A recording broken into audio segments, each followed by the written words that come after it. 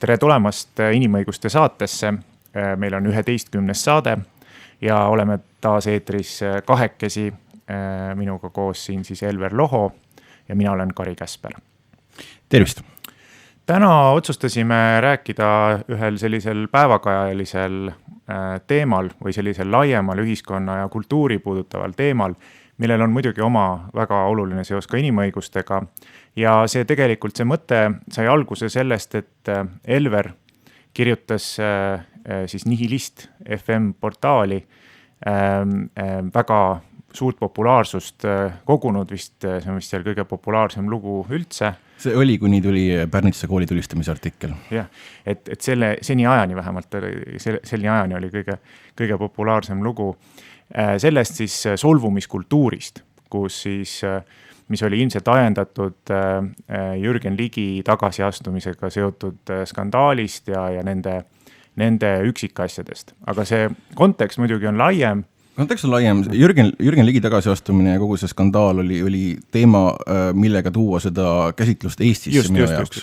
Aga laiemalt on siis see käsitlus selline, et on ütleme eriti USAs, aga ka mujal maailmas on siis selline minu arusaama järgi on olemas üks narratiiv või selline ühiskonnas levinud või leviva arvamus, mille kohaselt siis inimesed justkui solvuvad liiga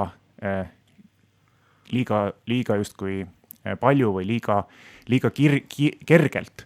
Et kui varasemalt inimesed pidasid igasugustele või siis seostatakse see kellegi poolt millegi ütlemine alati ka mingisuguse rõhumise või represseerimisega, et mingis mõttes on see nagu laiem ühiskondlik nähtus, mida näiteks ka vist Bret Easton Ellis on välja toonud oma mitmeses sees, kus ta siis nimetab sellist eriti just viimast generatsiooni, neid nimetatud millennialle, kes siis, keda ta nimetabki Generation Wuss, ehk siis sellised lumehelbekesed, kes on üles kasvanud nende selliste helikopteri vanemate või emade väga tähelepaneliku hoole all ja kes on siis äärmiselt sellised tundlikud ja väga kergesti või võib-olla kergemini solvuvad, kui siis võib-olla selline karastunud mitmeid sõdasid läbi elanud mingisuguste ikete all olnud nagu hoopis karmimatest tingimustest üles kasvanud inimesed. Minu jaoks see on pigem selline mõnes mõttes võib-olla isegi kultuurisõda või kultuurisõda ei ole kõige parem termin, see on selline nagu üks väga efektiivne meetod vastaspoole vaigistamiseks ja põhimõtteliselt ükskõik mille õigustamiseks, et see solvumiskultuuri peamine võte minu jaoks vähemalt on see, et mina, kes ma olen võib-olla mingisugune vähemus, ütlen midagi, mida hakatakse kritiseerima. Ja siis mina väidan, et mind kritiseeritakse mitte minu vaadete ja mitte minu tegude pärast, vaid selle pärast, et ma olen mingisugune vähemus. Just. Ja siin on väga raske, ongi siis seda vahet võib-olla tõmmata, kus kohas, et meie nagu küsimus on selles, et kultuur ja ühiskond muutub, eks ole. Ja praegu selgelt need vähemused, kellel võib-olla ei olnud ajalooliselt nii palju võimu, on hakanud seda võimu endale üha rohkem taotlema või neid võimalusi. Ja need eelkõige, kes siis on, ja selle käigus, eks ole, need, kes on olnud sellisel privilegeeritud positsioonil võib-olla varasemalt, et nendel on mõjunud see kuidagi rünnakuna ja nad tunnevadki võib-olla, et nad ei saa kritiseerida inimest ilma selleta, et kritiseerida siis seda, kas tema rahvust, sugu või midagi muud. Ma täpsustaks, nad ei saa kritiseerida inimese vaateid selle tõttu, et see kriitika tehakse ümber rahvuse rõhumiseks või vähemuse rõhumiseks. Just, ja siin ongi väga nagu raske seda tõmmata seda joontet ja see ongi väga subjektiivne ja see sõltub ühiskonnast ja sellest, mis on ühiskonnas parasjagu see kultuur ja levinud arvamused omakorda, mis ajas jälle muutuvad, et ühest küljest jah, et sa ei taha ju sa ei taha summutada ühiskondlikku debatti lihtsalt selle argumendiga, et jah, et nüüd sa ei tohi kellegile midagi halvasti öelda, sest et muidu see inimene võib-olla tunneb ennast represseerituna. Aga teisest küljest fakt on see, et on inimesed, on vähemused, keda on represseeritud ja kellele see võib mõjuda selliselt. Et probleem ongi nagu selles, et inimestel on erinevad lähtekohad. Et kui me võtame näiteks selle sama Jürgen Ligi tagasiastumise, siis pärast seda sattus kriitika alla ka haridus-teadusminister Jevgeni Ossinovski. Enne kui me ligini jõuame, solvumiskultuuri ja kogu selle ma olen vähemusse, solvasid vähemuste temaatika ajalugu ja juuri, meil peaks olema stuudios siin Martin Luiga, kes seda väga hästi tunneb, mina ei hakka sellest juurtest rääkima, aga esimene koht, kus mina seda nägin ja ma olen näinud selliseid argumente juba 70-ndatest, et esimene koht, kus mina seda nägin, oli näiteks Iisraeli puhul. Et kui Iisrael mingisuguse sõjalise aktsiooni tegi, läks naabrid pallutama ja nende sõjalist aktsiooni kritiseeriti, siis väideti, et te olete antisemiidid ja teie vihkate juute. Ja meil ei ole võimalik nagu Iisraeli riiki ja tema tegevust kritiseerida ilma, et me oleksime kohe antisemiidid automaatselt. Ei no muidugi. Ja see ongi see nagu raske küsimus, et kui me räägime sellest, et me ei saa ennast panna tegelikult teise inimese ütleme sisse või me ei saa näha maailma teise inimese pilguga. Et see sama, kui me võtame ka selle sama juudi kaasuse, me ei saa kunagi inimestena ise aru, mida tähendab tegelikult, kui sinu rahvas on sattunud siis holokausti ohvriks. Et seda ei oska, selles mõttes, et sa pead ise selle rahva sekka kuuluma, et sellest aru saada, mida see tegelikult sellele tähendab. Samamoodi ei saa mina, eks ole, mehena tegelikult aru või mul ei ole piisavalt, mul ei ole seda kogemust, millist elu või kuidas, millised võimalused on naistel. Või mina Eestis, mis ma tahtsin selle Ossinovski kohta öelda, mina ei saa kunagi aru ega ei suuda näha maailma selliselt, nagu näeb seda Jevgeni Ossinovski, mis puudutab seda, kuidas ta on üles kasvanud Eestis, olles samal ajal siis ühe rahvusvähemusse kuuluva rahvusvähemusse kuuluva grupi liige. Et seda on nagu väga raske ja see, ütleme, solvumine ja solvamine ongi ju subjektiivsed nähtused, et sa ei saagi põhimõtteliselt see, mis sinu jaoks võib olla solvumine või mitte nii tugev solvamine või ei ole nagu sinu jaoks ei ole nagu seda kõne väärt või võib-olla ka see nagu Ligi vabandus oli piisav, siis teiste jaoks ei pruugi see nii olla. Ja siin ongi see, et see on subjektiivne, me peame ühiskonnas kuidagi selle küsimuse lahendama. Et kelle tundeid me arvestame ja mida, kus kohas me leiame selle, ütleme, kesktee.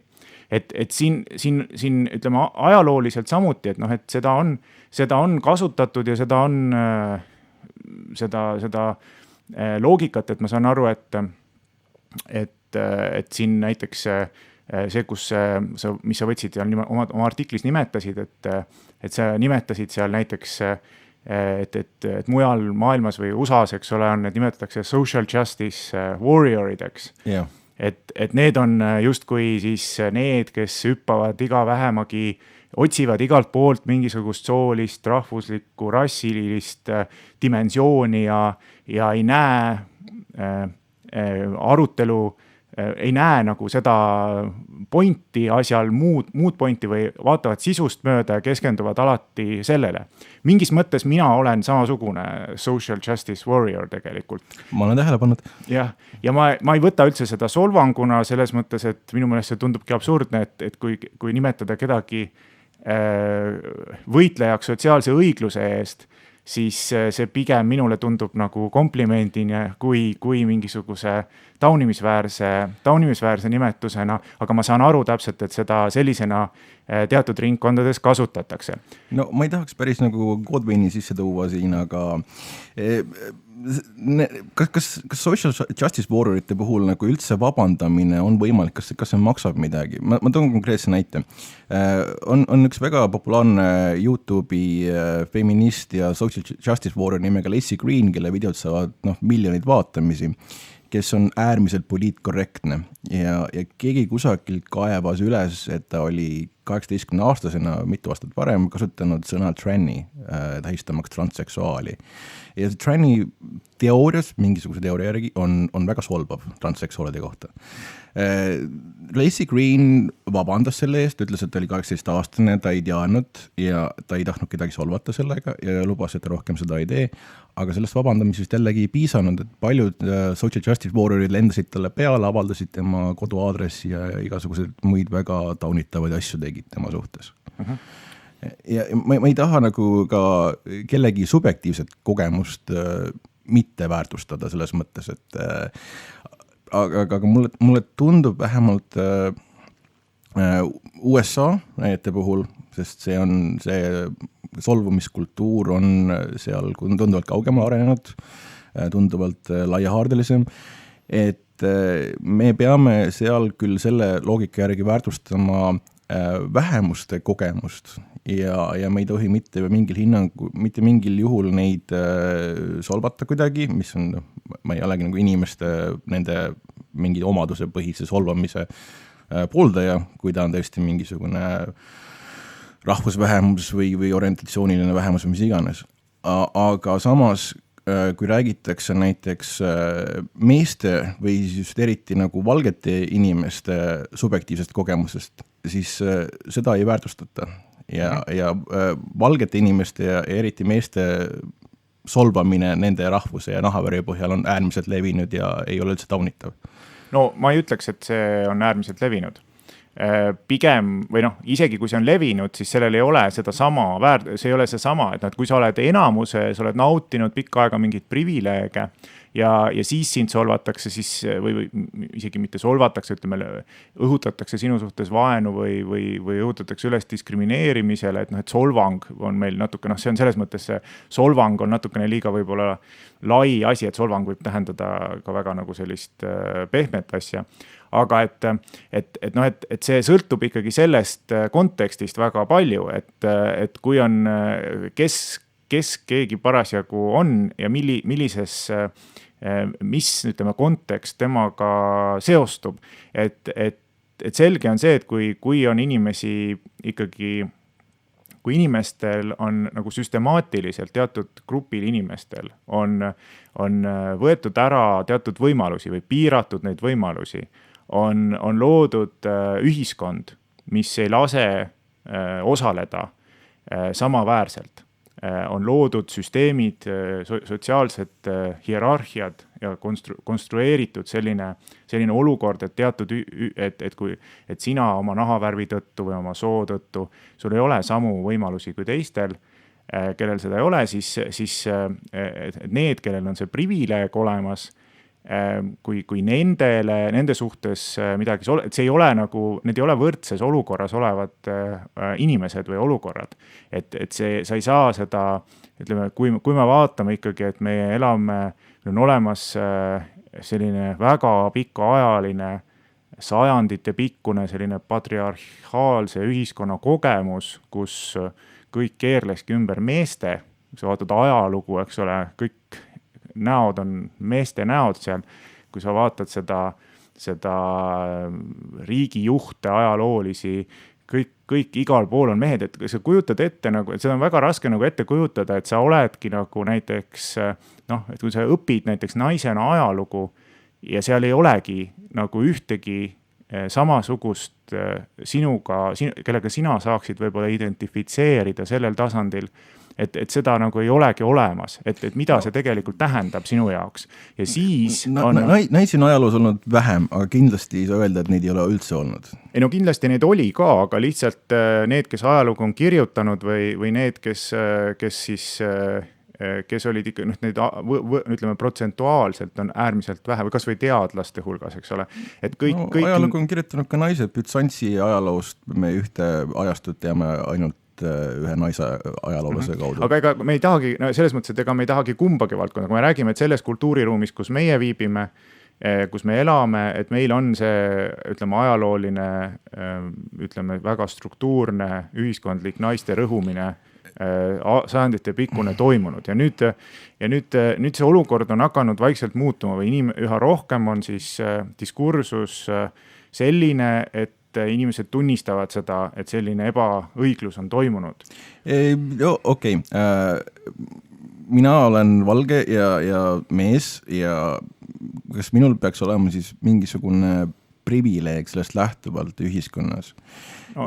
Ma saan aru, et võib-olla mul on mingis mõttes mingis olukorras lihtsam, aga samas kindlasti on mul ka mingis olukorras raskem. Ja mingis olukorras on ka naistel eeliseid ometigi ka Eesti ühiskonnas.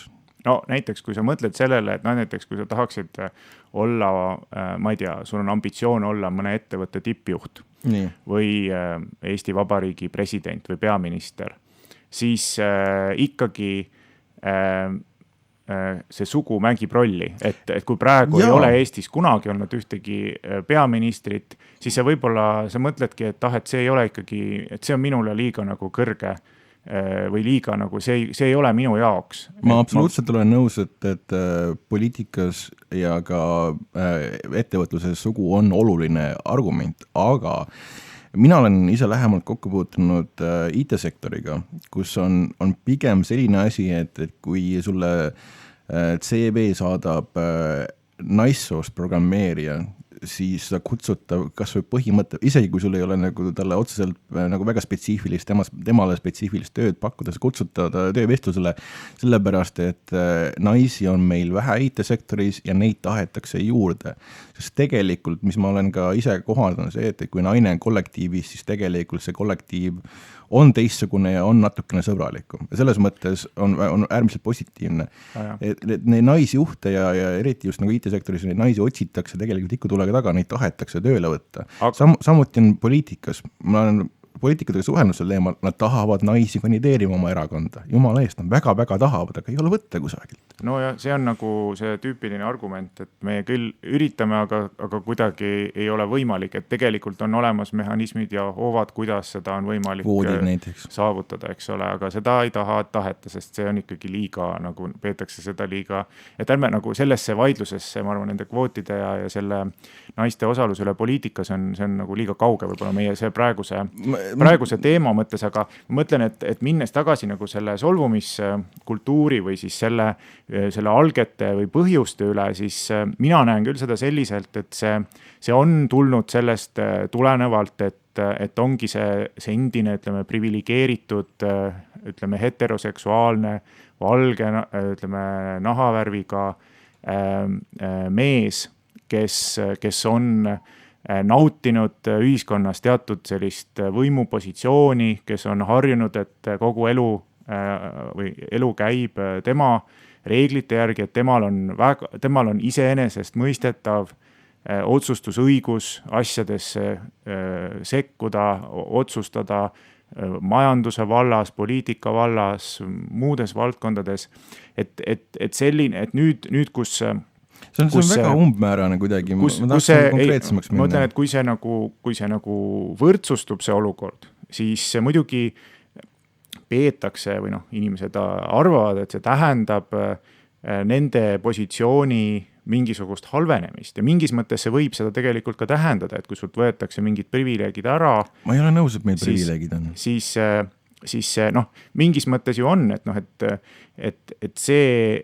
et sa oled mees või meessoost, siis see tähendab ikkagi mis see mulle annab? Mitmeid, kõrgema palga näiteks.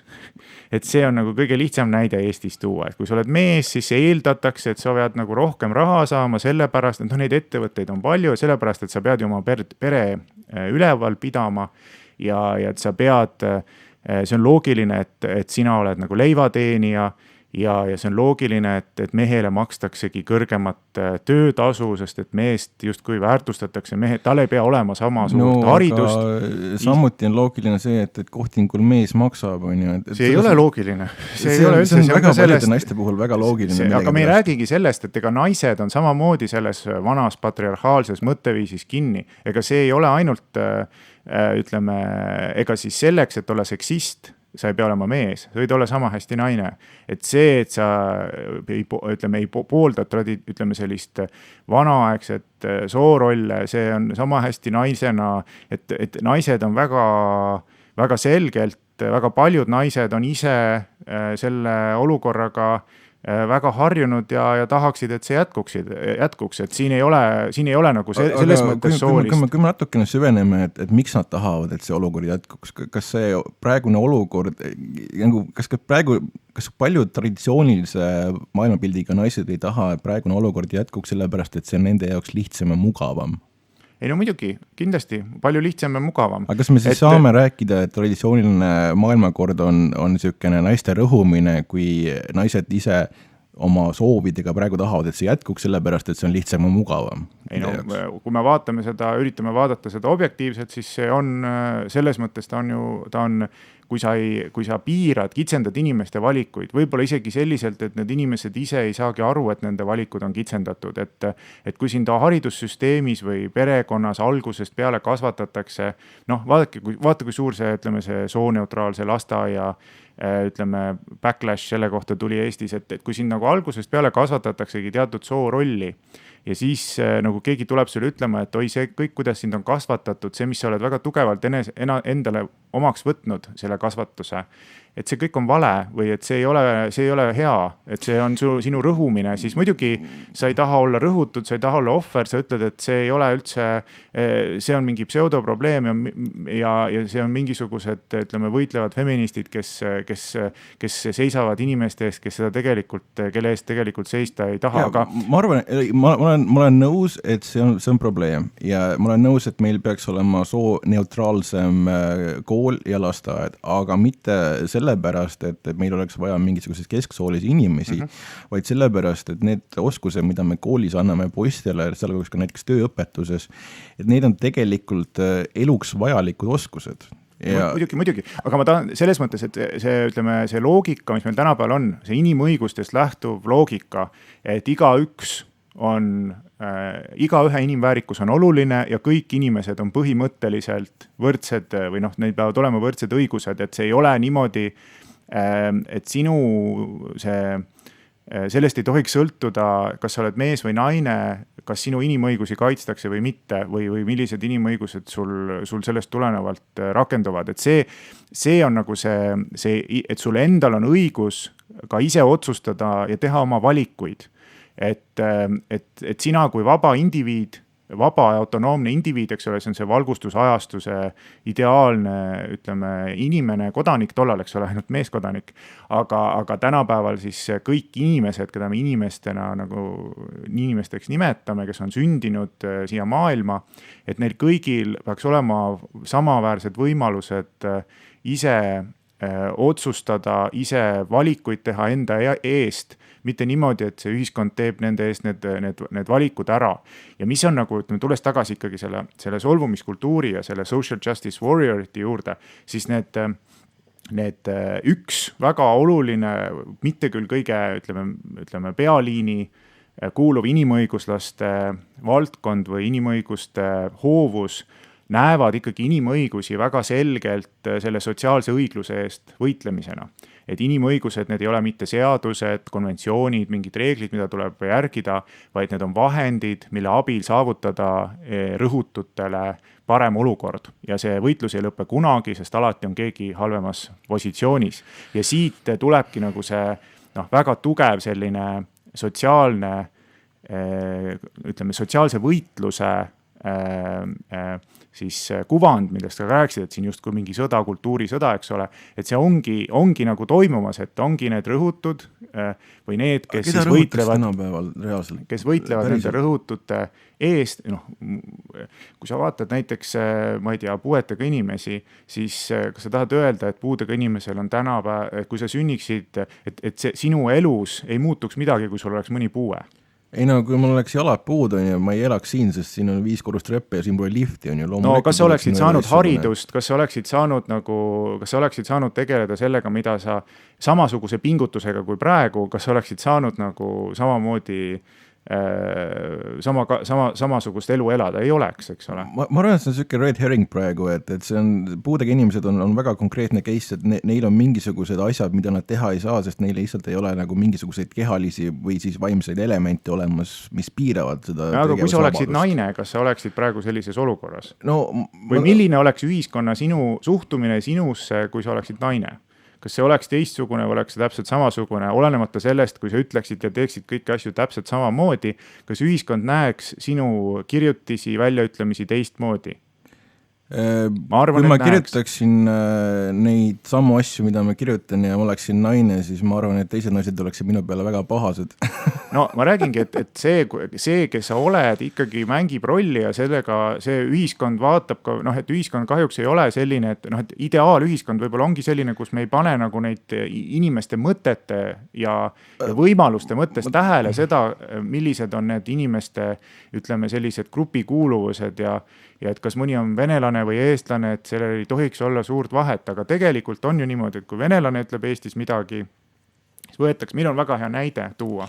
Ma võib-olla tõmbaksin siin nagu siukse piiri, et meil on mingisugune, ütleme, peavooluliin või mingisugune arvamus või mingisugune kultuur, mis on okei ja kui mees ütleb seda või naine ütleb seda sama asja, kui ta osaleb sellest nii-öelda peavoolukultuuris, siis ta teda aktsepteeritakse minu arvates seal. See oleneb ikkagi ka seda, et kes ta on, et oleneb mis küsimustes muidugi. Näiteks kui naine tuleb rääkima küsimustes, mis on traditsiooniliselt meeste valdkond, nagu kui tuleb Urve Palo ja hakkab rääkima majandusest ja Estonian Airist ja raudteest, siis ajakirjanikud võtavad seda teistmoodi, kui seal oleks Juhan Parts. See on nagu selge. Et nüüd me vaatame, kuidas selle Maris Lauril läheb, aga et selge on see, et kui sa vaatad ka seda, noh, või siis näiteks intervjuu. Juhan Parts on väga palju kritiseeritud. Aga mitte sellist viisi.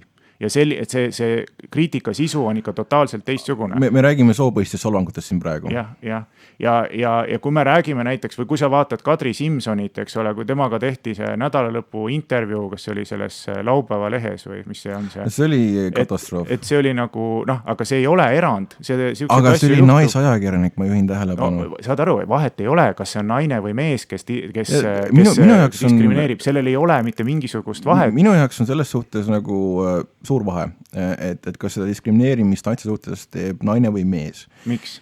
Sellepärast, et kui mees kritiseerib naist soopõhiselt, et mingu kööki tagasi, mis on täiesti selline asi, mida ma näinud ei ole, aga see on selline tüüpiline näide, mida tuuakse kogu aeg millegi pärast, siis siin me võime rääkida nagu soopõhisest teemast, aga kui naisajakirjanik ja naiste ajakirjanduse ajakirjanik läheb, räägib naispoliitikuga, et kuule, kas sa nutad ka ja mis riided sa kannad, siis see on nagu, no see on samasugune, see on samasugune seksism, see on isegi hullem selles mõttes, et ma olen nõus, et see on hullem, aga see on nagu 100 korda rohkem levinud.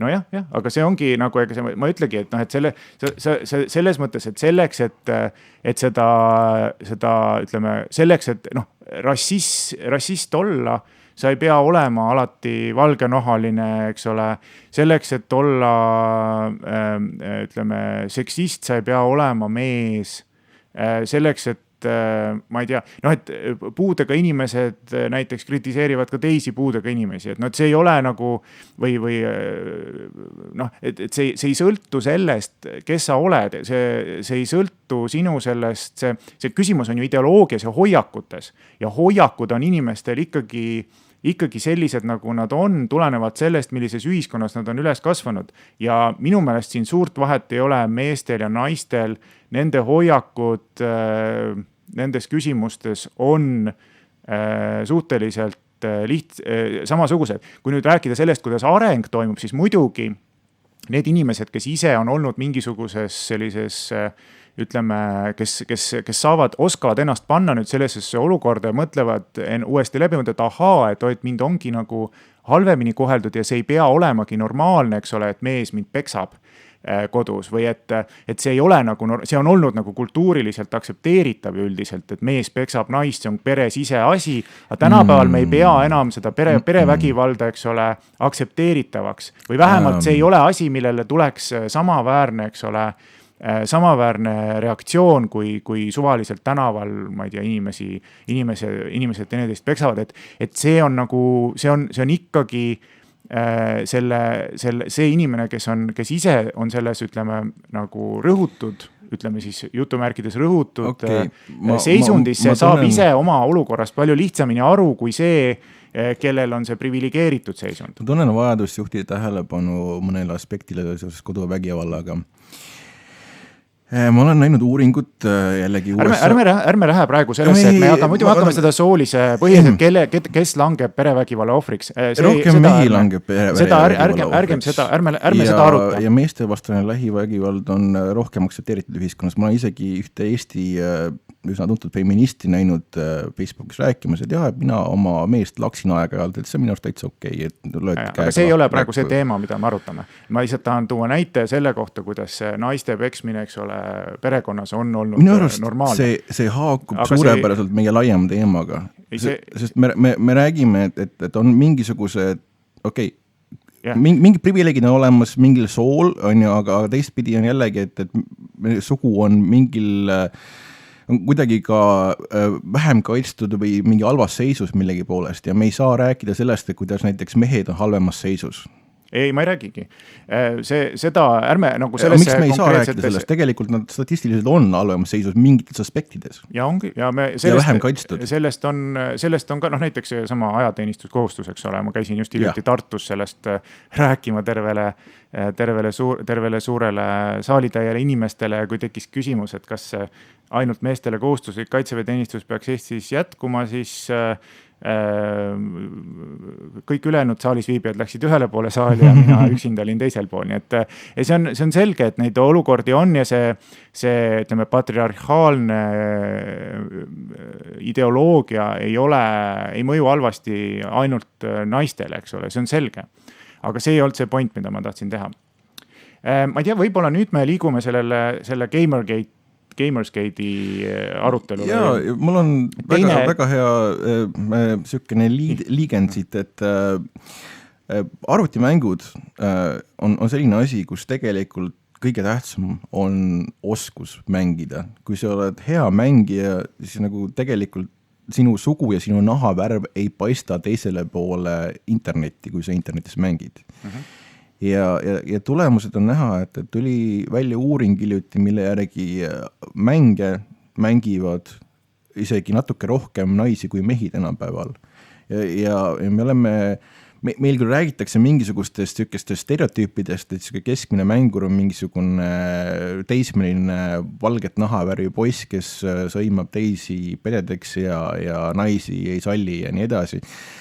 Ma ei ole seda näinud. Kõige vähem, mis ma sellele olen näinud, on Counter-Strike'i mängides mingisugune hääle järgi ilmselgelt eelpuberteetlik noor Soome poiss hakkas inimesi sõimama täiesti valimatult ja siis lihtsalt visati mängust välja. See on ühe korra, ma ei ole rohkem näinud seda.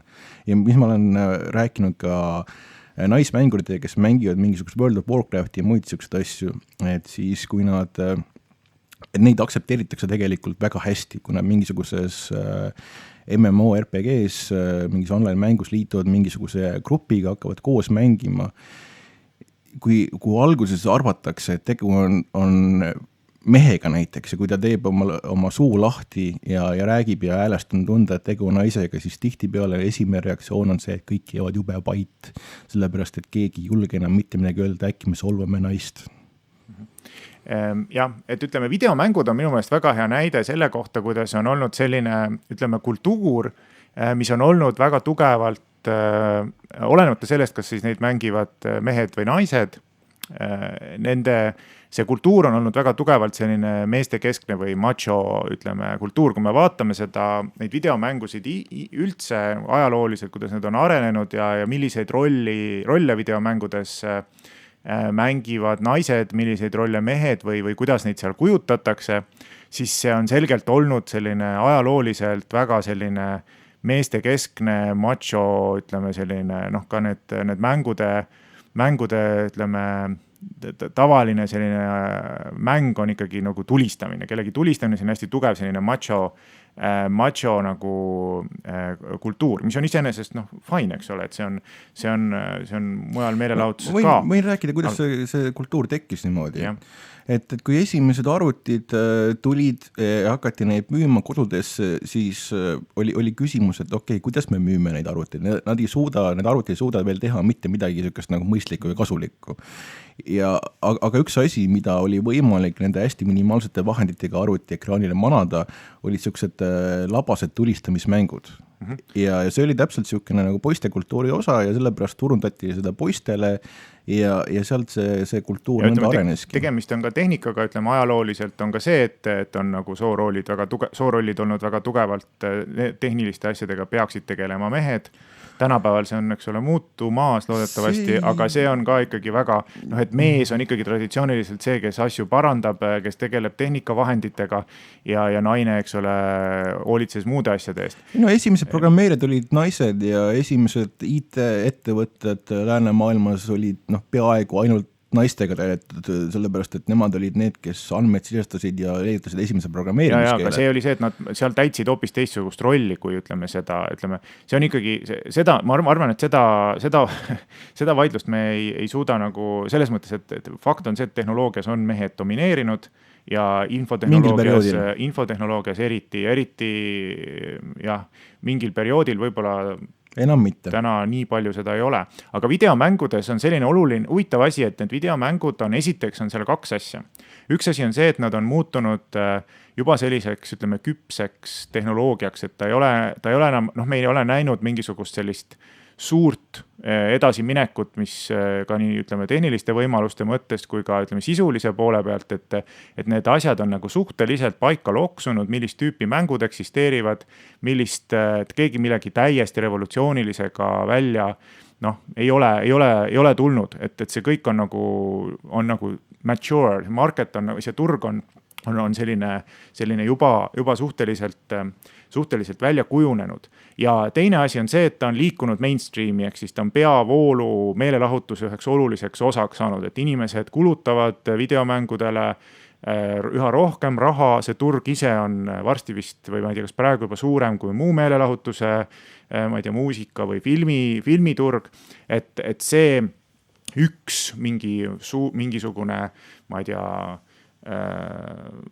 arvutimäng võib sisse tuua palju rohkem kui kõige edukam, eks ole, edukam film. Et siin on nagu kaks asja, et see on nagu muutunud meie kultuuris ja ühiskonnas äärmiselt oluliseks osaks, mis tähendab, et ta peab vastama rohkem ka, et kui ta enne oli võib-olla mingisuguse mängurite sellise subkultuuri teema, kus siis oli selline rohkem selline macho, siis nüüd ta järsku on sattunud olukorda, kus mänge mängivad üha rohkem inimesed, kellel enam ei ole seda, olgu siis nad mehed või naised, kellel ei ole enam seda, kas siis tehnoloogia taustast tulenevat või muidu sellist, ütleme, kiiksu, vaid nad eeldavad ja tahavad mängudelt saada paljuski seda sama, mis on nende, ütleme, selles mõttemaailmas ka. Et see ei ole enam see, tüüpiline, et ütleme, sellised IT-inimeste selline maailmavaade on hästi selline libertaarne tavaliselt, et see on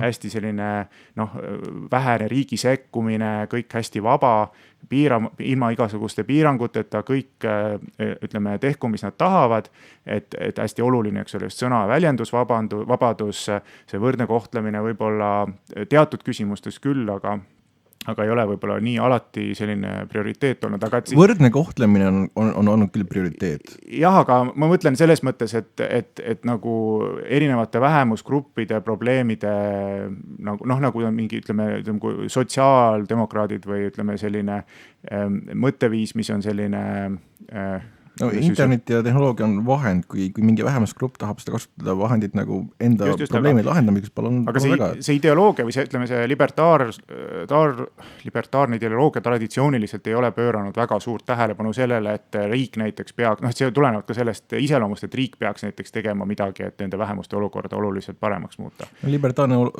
ideoloogia ei olegi väga kusagil võimul olnud, et see on pigem selline alati fringe olnud. No just. Ja nüüd on see fringe muutunud järsku mainstreamiks selles mõttes, et need arvutimängud ise on saanud järsku selliseks kultuuri üheks oluliseks osaks ja need on sattunud siis ka teiste, et see kriitika, mis on tulnud nende suhtes, eelkõige siis see, et neil on esindatud naisi, kuidas neid naisi seal esindatakse, aga ka kuidas teisest nahavärvist inimesi või ka seksuaalvähemusi. Kas sa tahad jõuda välja sinna, et rõhututel ei ole muud võimalust kui mängida mänge, kus neid rõhutakse? Ei see on selge, et ütleme virtuaalne elu ja päris elu on tänapäeval niivõrd segunenud ja omavahel põimunud, et neid ei ole võimalik teineteisest ka lahutada ja sa elad oma elu mõlemas või kõikides nendes keskkondades olevalt selle, kas sa oled nagu siis selles reaalses maailmas, füüsilises maailmas või siis selles virtuaalses maailmas.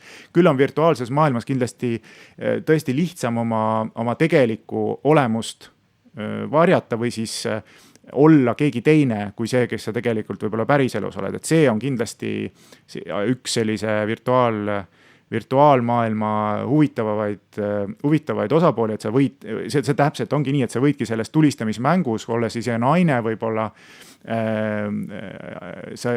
teised mängijad ei pruugigi aru saada, et sa naine oled, või siis, eks ole, veel midagi natukene hullemast olukorrast, kus siis mitte mängudest väljaspool, eks siis võid jututubades, eks ole, olles tegelikult mingisugune väga vana pervert külga lüüa, eks ole, mingitele noortele tüdrukutele. Et see on nagu paratamatu, aga et mis nagu on juhtunud, ongi see, et on muutunud see vana hea, ütleme see geimerite selline maailm on järsku sinna sisenenud hoopis teised tuuled, hoopis teised väljakutsed, need arvutimänge või videomänge tootvad ettevõtted on sattunud hoopis teistlaadse kriitika osaliseks, et miks ei ole piisavalt, eks ole, naisi, miks on, ma ei tea, teise nahavärviga inimesed sageli kõrvalrollides, et see on väga tugevalt seotud sellega, millisena ühest küljest see ettevõte tahab seda müüa, ta tahab seda müüa, eks ole, et ta tahab müüa seda niimoodi, et seda ostaks võimalikult palju inimesi ja siis sa pead peategelase tegema selliseks ja siis sa samas tegelikult, mida sa teed, et kui see on nii osa kultuurist, sa taastoodad seda keskkonda, kus siis kõige olulisel kohal ongi just sellise nahavärviga, sellise, ma ei tea, seksuaalse orientatsiooniga, sellisest soost inimene, et tema ongi kangelane, et kangelane saabki olla ainult ütleme, valgenahaline mees, kes on nagu naiste, kellel on mingid, et meil ei ole selliseid ju videomänge, võib-olla Tomb Raider, eks ole, aga kus ütleme suur enamus, valdav enamus ikkagi videomängu kangelastest on väga selgelt valgenahavärviga mehed. Et see on samasugune ja siis lisaks, eks ole, kõik see muu, mis puudutab seda, et näiteks kas kui on selles mängus lubatud, Nintendo sattus hiljuti, eks ole, kriitika alla, et kui on lubatud üldiselt ka mängu siis nende tegelaste vahel suhted, et siis kas on lubatud homoseksuaalsed suhted ka või siis need on mängude arendajate poolt välja nagu ei ole peetud sobivaks selles mõttes, et võib-olla keegi solvub, et siis sellist kriitikat nagu varem nende mängude arendajate suhtes ei ole olnud ja nüüd on tekkinudki siis, ütleme see minu meelest üks osa sellest Gamersgate'ist oligi see, et ma sain aru, et sina tead muidugi seda tausta paremini, aga ma saan aru, et seal seesama nagu kriitika, mida tehti just ühe naissoost arendaja suhtes, kes väidetavalt siis oli seal kuidagi seotud selle siis tehnika või selle mänge kajastava ajakirjanikuga või kuidagi oli seal mingisugune suhete draama ühesõnaga, millest siis asi alguse sai ja päädis nagu sellega, et siis see naine sai väga tugeva sellise vihkamiskampaania ma ohvriks ja sattus otsast peale. Tulenevalt tema soost. Me ei ole sellega nõus, aga alustame otsast peale, et nagu statistika meile näitab, siis rohkem naisi mängib arvutimänge tänapäeval kui mehi, et ilmselgelt nad on leidnud endale mingisuguse mängud, mis neile sobivad, kus nad tunnevad ennast hästi. Ja võib-olla, kui me räägime nagu laiemast kultuurist ja massikultuurist edasi, et võib-olla siin on tegu sarnase juhtumiga, nagu meil on meeste ajakirjad ja naiste ajakirjad, et mingisugused mängud ühtemoodi, mingid mängud teistmoodi. Et mis ma ise olen tähele pannud, et millised mänge mängivad mehed rohkem, millised mänge mängivad naised rohkem, et siis mehed mängivad rohkem neid, kus on mingisugune võistlus ja kus see mängus väga hea olemine eeldab väga pikka harjutamist. Näiteks ma ise mängin lennusimulaatoreid, see eeldab lisatehnika ostmist, see eeldab tõesti mingisugune vähemalt 100 tundi mängimist, enne kui sa oled pädev mängija ja mitusada tundi enne, kui sa suudad konkureerida teiste väga heade mängijatega. Samuti on igasugustes online shooterites nagu Counter-Strike, sa pead tõesti nagu 100 tundide kaupa mängima, enne kui sa oled seal eliidi hulgas. Naised kipuvad rohkem mängima selliseid sotsiaalseid mänge nagu MMORPG-d, kus on väga palju rõhku koostööl. See läheb natukene stereotüüpidesse, aga miks? See ongi see küsimus, et miks nad seda niimoodi teevad, sellepärast, et see ongi, need mängud ongi selliselt nagu või see... Mis ma olen tähele pannud, selline nagu nii-öelda feministlik kriitika arvutimängude kultuurile on olnud enamasti sellisest mõnede suuremate, tuntumate mängude pihta ja see on olnud äärmiselt moonutatud. Näiteks üks väga hea mäng nimega Hitman Absolution, mis on üks väheseid mänge, mida ma olen kunagi eeltellinud enne kui ta üldse välja lasti. Ma esimesel päeval mängisin selle läbi, minu arust oli väga hea mäng. Ja seal oli üks koht selles mängus, kus sa pidid selle stripiklubi omaniku maha tapma. Omanik oli mees, mingisugune stereotüüpne kiilakas paks mees. Ja sa pidid hiilima sealhulgas ka läbi stripparite riietusruumi niimoodi, et nad sind tähele ei paneks. Ja seda ma tegin, täitsin missiooni ära, läksin järgmisse missiooni edasi. Samas, kui ma vaatan feministlikku kriitikat sellele, Anita Sarkeesian oma sarjas Tropes vs. Women on näidanud seda sama kohta, aga seal samas kohas tema need naisstripparid tapab ära ja lohistab nende keha mööda põrandat ja siis ütleb, et see ongi mängu eesmärk naise keha rüvetada ja kasutada seda meeste mänguasjana. Ja see on minu arvates ülimalt ebaaus kriitika, see on nagu tülgastav kriitika. Ja ma saan aru, miks teda vihatakse nii palju, see ei ole tema soo pärast, see ei ole tema feminismi pärast, see on tema ebaaususe ja tema tülgastava käitumise tõttu. No sinu jaoks, eks ole, on see võib-olla siis tundub ebaausana ja nii edasi, aga jälle sina ei näe seda tema vaatenurgast, sest sa ei ole naine.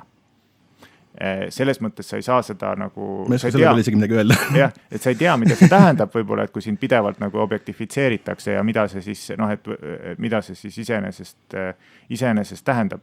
Et see vägivald ja nii edasi, et see on ka üks osa, eks ole, sellest, et kuivõrd steriliseeritumad mängud peaksid nüüd olema või kas see on oluline või mitte. Meil on olnud väga palju väga häid mänge, kus on naispeategelased. Keegi isegi vastuseks Anita videodele tegi ühe laulu, kus ta nagu tähestiku järjekorras kõik tähed olid ära märgitud, tõi välja tugevaid naiskaraktereid erinevatest arvuti- ja videomängudest. Aga kindlasti ei ole see 50-50. aga kas ta peaks olema 50-50? No küsimus on, et kas see on nagu... Kas see on eesmärk? Kas sina tahaksid, kujuta ette ennast sellises... Kas see ei lähe natuke jaburusse? Ei, aga mõtle, et kas sina tahaksid elada sellises olukorras või see, noh, et kas sa mängiksid neid videomänge sama hardunult, eks ole, kui sul oleks peaaegu alati oleks ainuke valik või see sinu lemmikmängu puhul näiteks on ainuke valik, et sa pead mängima naist. Eestis on ja ka mujal läänemaailmas on naiste ajakirju on märgatlevad rohkem kui meeste ajakirju. Aga me räägime videomängudest. Aga see ei tähenda, et ma peaksin hakkama protestima, et kuule, tehke vähem naiste ajakirju, et ma saaksin rohkem meeste ajakirju. See ei ole nagu, meil on turumajandus, võta ja tarbi seda, mida sa tahad. Jah, aga turumajandus, see on, ütleme, see vastutustunde küsimus tuleb siia mängu, et kas siis see turumajanduse eesmärk, aga kas turumajandus alati, või ütleme, see turg ju tugineb sellel, milline see ühiskond praegu parasjagu on ja sealhulgas ka sellele samale patriarhaalsele mõtteviisile, nendele samadele mineviku taakadele, et ega siis ütleme ebaeetiline selline ärimees, tema müüb seda, eks ole, mis müüb ja ta ei hooli sellest, mida see ühiskonnaga teeb või mida see tegelikult ühiskonnale tähendab, kui selliseid asju. Et sellepärast ongi see kriitika hästi oluline, et kui selline kriitika tuleb, et siis see ettevõtja näeb, et tegelikult võib-olla peaks nagu midagi tegema, et seda olukorda siiski muuta. See kriitika läheb jaburusse ära. See ei ole jabur, selles mõttes, ma toon sulle väga konkreetse näite. Üks Ida-Euroopa tarkvarafirma on, kes praegu teeb crowdfunditud mängu, mis on põhimõtteliselt niisuguse keskaegse Ida-Euroopa küla simulaator. Ja nemad said tohutult kriitikat sellepärast, et nende Ida-Euroopa keskaegse küla simulaatoris ei ole mitte ühtegi mustanahalist. Ja siis nagu, see on selline, kus sul tuleb selline idee üldse, et seal peaks olema mustanahalisi Ida-Euroopa keskaegses külas. Nagu see on nii jabur lihtsalt see kriitika. No selles mõttes ma olen nõus, et see, kui sa tahad ajastutruut asja teha, et noh, aga seal on ka jälle see küsimus, et ega ajalugu on ju jälle mitmeti tõlgendatav narratiiv ja ajaloo käsitlus on seotud ka ikkagi tänapäevaga ja seal on see küsimus, et mis asjadest sa teed siis seda või kuidas sa seda naiste rolli seal niimoodi näitad, et see tänapäeval ei mõjuks naiste alandamise või objektina kohtlemisena, et sa võiksid teha ka, et siin ma tooks nagu siis võib-olla mingisuguse rassistliku, et keegi tahaks teha arvutimängu rassistlikust, ma ei tea, seal Põhja-Ameerika lõunaosast, eks ole, kuidas seal plantationis, eks ole, mustanahalised tööd rügasid ja siis üritaks seda müüa, seda mängu öeldes, et aga see on ju ajalooline, eks ole, või mingitest, veel hullem mingitest koonduslaagritest, eks ole, et siin on nagu piirid ikkagi, et kui kaugele sa lähed ja kuidas sa seda mängu disainid sellisena, et see tänapäeval ei mõjuks kellelegi solvava või mingisuguse ühiskonnagrupi suhtes vaenu õhutamise või diskrimineerimisele õhutamisena või ei looks seda, ei taastoodaks neid stereotüüpe nii tugevalt. Et seda ju juhtub niikuinii, see inerts on nii suur, et kui sul on sajandeid olnud selline üks olukord, kus sul on olnudki selline väga tugev, ütleme, hierarhia erinevate ühiskonnagruppide vahel, siis selle muutmine ei ole nii lihtne, et see ei ole niimoodi, et me homme otsustame kõik, et kõik on võrdsed, eks ole. See võtab, see on meiesse sisse, see on, mina avastan ise iga päev, eks ole, mina avastan iga päev ise, väga paljudes küsimustes, et ega mina ise näiteks, ma arvan, et ma ei ole ka mingisugune, ma arvan, et ma olen ikkagi kergelt rassistlik, kergelt, eks ole, ksenofoobne, kergelt seksistlik, et see ei ole nagu, et ega see nagu, ma olen nagu selle ühiskonna ja kasvatuse vili, kus ma olen nagu üles kasvanud, et ma pean seda endale ka tunnistama, et ma ei ole mingisugune, ma ei tea, ma ei ela kuskil teises ruumis ega ei ole nagu, et see on selge, et see võib olla väga paljuski alateadlik, et ma ei tee seda nagu teadlikult, võib-olla ei tee naistele liiga, aga see juhtub seetõttu, millisena on nagu mind kasvatatud, millises ühiskonnas ma olen üles kasvanud ja kuidas, et seda ei ole lihtsalt nii lihtne võimalik muuta. Ja probleem on siis selles, kui nüüd need sellised räigemad olukorrad tuuakse nende kriitikute poolt välja, siis mis on tihti peale fabritseeritud räägi. No ja siis ongi nagu väga, ütleme, need tüüpilised vastuargumendid ongi see, et et see hakatakse, et see on see tüüpiline asi, et kui nagu nüüd me võib-olla toome siia siis Ossinovski mängu, et kui põhimõtteliselt Ligi kutsus üles venelaste diskrimineerimisele, mida ta ei teinud minu arvates. No täpselt, siis otsitakse midagigi selle Ossinovski sõnadest, mida siis kuidagi niimoodi käsitleda, et oleks see Ligi, et kuidagi kuidagi õigustada seda, mida Ligi ütles. Aga seda, see ei ole lihtsalt, mingis mõttes see ongi nagu selline vastureaktsioon tegelikult sellele kõigele nagu sellele progressile, sotsiaalsele arengule, mis on toimunud viimastel aastakümnetel ja aastatel. Ja selge on see, et neid tagasilööke tuleb ja tuleb veelgi. Ma arvan, et see social justice, kellegi nimetamine social justice warrioriks, et see on nagu selline väiksem, suhteliselt väike ja leebe nähtusega, aga neid asju on väga palju, et väga, ja aga neid asju tuleb arutada. Ja neid asju saab arutada selliselt, kui ikkagi lepitakse kokku, et me ei võta mingisuguseid selliseid ülidogmaatilisi positsioone või me ei hakka, me nagu mängime ausalt selles mõttes, et me ei hakka nagu selles mõttes, et probleem ongi selles, et need social justice warriorid, nad ei mängi ausalt, nad ei taha diskussiooni, et kogu see nende mentaliteet seisneb selles, et kui sa ütled midagi, kui sa kritiseerid mingisugust feministi või naist või teisest nahavärviga inimest, et siis sa oled automaatselt, oled kas seksist või misogüün või rassist või mis iganes. Et sel hetkel kaob see diskussioon ära. Ja see on see oht jälle, see muidugi iga kõikide asjade puhul on see oht, et see läheb nagu liiga ja see omakorda võib ollagi ka seksistlik, eks ole, et kui sa ei ütle midagi, inimene ei saa väärtuslikku tagasisidet oma tegevuse kohta, eks ole, et ta saaks teinekord paremini teha, et kui sa ei julgegi kedagi kritiseerida, siis inimesed, sest et ega tagasiside, ütleme, kriitika on põhimõtteliselt ju lihtsalt tagasiside, see võib olla nagu negatiivne, ebakonstruktiivne, konstruktiivne, positiivne ja nii edasi, aga kui sa üldse nagu mingit tagasisidet ei saa või saad sellist fake positiivset tagasisidet, siis see ühiskonnana või sinule isiksusena ei aita eriti nagu edasi areneda. Ja ka see kriitika ei ole, kas või Gamergate'i puhul see kriitika ei ole olnud soopõhine. Selles mõttes, et mina selles osas vaidleksin vastu, et kujutame ette, et kui see sama asi oleks juhtunud meessoost inimesega. Me läheme vale nurga alt praegu. Kas see oleks olnud samamoodi? See juhtuski meessoost inimesega. Okay. Kui seal oleksid rollid vahetunud, ütleme niimoodi, kas see oleks samamoodi juhtunud? Võtame konkreetse naisajakirjaniku nimega või naismänguarendaja, vahet ei ole. Naissoost tegelane Gamergate'is, kes on palju kriitikat saanud, nimi on Brianna Wu, ja on olemas eraldi algoritmid selle jaoks, kuidas mõõtakse talle saadetud tweetide neutraalsust, negatiivsust, positiivsust. Üle 90% nendest talle saadetud tweetidest on neutraalsed olnud ja negatiivseid on 2 korda rohkem kui positiivseid. Kui Anita Sarkeesian oli Colbert Reportis hiljuti, siis ma võtsin Twitteri lahti, ma võtsin Gamergate'i tagi ja tunni aja jooksul jälgisin kõike, mis sealt tuli. Ja sealt oli tõesti nagu mingi umbes 1 tweet tuli sekundis, väga palju tuli nagu tõesti tuletõrje voolikus. Ma kartsin, et nüüd hakatakse sõimama. Et see oleks nagu väga, väga halb ja väga negatiivne olnud, et hakatakse sõimama. Ja mis ma nägin sealt oli see, et mingisugune kõva 98% nendest tweetidest olid neutraalsed. Nad olid mures sellepärast, et diskussiooni tapetakse ja neid surutakse alla, nende vaated surutakse alla. Ja tõesti, seal oli üks võrdlus oli feminismi ja marksismi vahel, mis mulle silma jäi ja siuksed tõesti padunegatiivsed piidid, mis ähardasid kedagi põlema panna, need ei olnud Gamergate'i aktivistide poolelt, vaid need olid suunatud Gamergate'i pihta.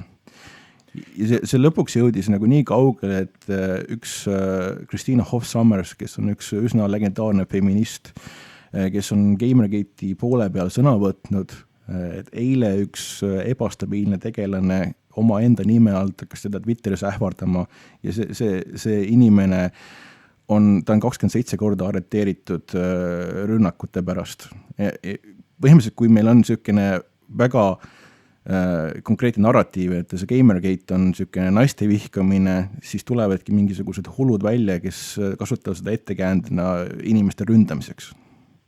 Aga noh, ma ütlengi, see protsendid on protsentideks, eks ole, aga ikkagi, kui sa räägid, et seal on mingigi osa nendest, mis tõesti et on sellised avalikult välja öeldud asjad, mis siis kutsuvad üles sind diskrimineerima või õhutavad sinu suhtes vaenu, siis see ei ole lubatav selles mõttes, et seda ei tohiks nagu eksisteerida. Loomulikult ei ole lubatav. See on nagu, ja see on, minu meelest see on ikkagi nagu väga selgelt tuleneb ka ikkagi, see on väga selgelt soopõhine, Ei, minu arust ei ole soopõhine, kui meil on 10 000 inimesed on mõlema poole peal ja nad kritiseerivad üksteist avalikult Twitteris ja sotsiaalmeedias mujal, siis on loomulikult mingisugune protsent nendest on psühhod ja ebastabiilsed, kes hakkavad teisi sõimama ja ähvardama. See on nagu vältimatu ja me ei saa nagu korjata ainult ühel poolelt välja neid, kes on kedagi solvanud ja öelda, et näed, et see 0,1%, kes ütlevad, et meid tuleb ära tappa sellepärast, et me oleme mis iganes, et nemad esindavadki seda enamust. Nad ei peagi esindama kedagi. See ei olegi küsimus. Küsimus on selles, et kas inimene satub et kas need inimesed tulevikus julgevad sama palju rääkida, kas millise signaali saadab see kõikidele ülejäänud naistele, kes võib-olla tahaksid oma õiguste eest välja astuda või kes tahaksid kriitiliselt naised astuvad oma õiguste eest välja ka Gamergate'i poole peal, see ei ole soopõhine küsimus. Aga seal on niimoodi, et kui sa oled, muidugi on palju lihtsam astuda välja peavoolu. Gamergate ei ole peavool, sorry. Ja ma ütlen, et väga lihtne on välja astuda sellise olukorras, kus sul on nagu selline tugev, tugi või et antud juhul ju mingis mõttes seal on ikkagi ühel pool on rohkem mehi ja teisel pool on rohkem naisi. Ma ei ole sellega nõus, kui me vaatame... No kui sa ütled, et need feministid, keda sa nimetanud, need on kõik naised. Seal on ka mehi, näiteks üks mänguajakirjanik, kes on anti-Gamergate ehk siis nagu nende nii-öelda feministidest ideoloogide poole peal seal sõna võtmas oli Sam Biddle. Ja, aga ma ütlen, et seal poole peal on siis rohkem ikkagi naisi. Ma ei ole sellega ka ei, kui sa ütled, et eestkõnelejate seas näiteks, et see on nüüd üks mees, siis seal on nagu rohkem naisi. Ma olen mõlemal poolel näinud naisi, võib-olla paar tükki on rohkem anti-Gamergate'i poole peal. Aga ta ikkagi nagu, paistab välja sellise soopõhise asjana.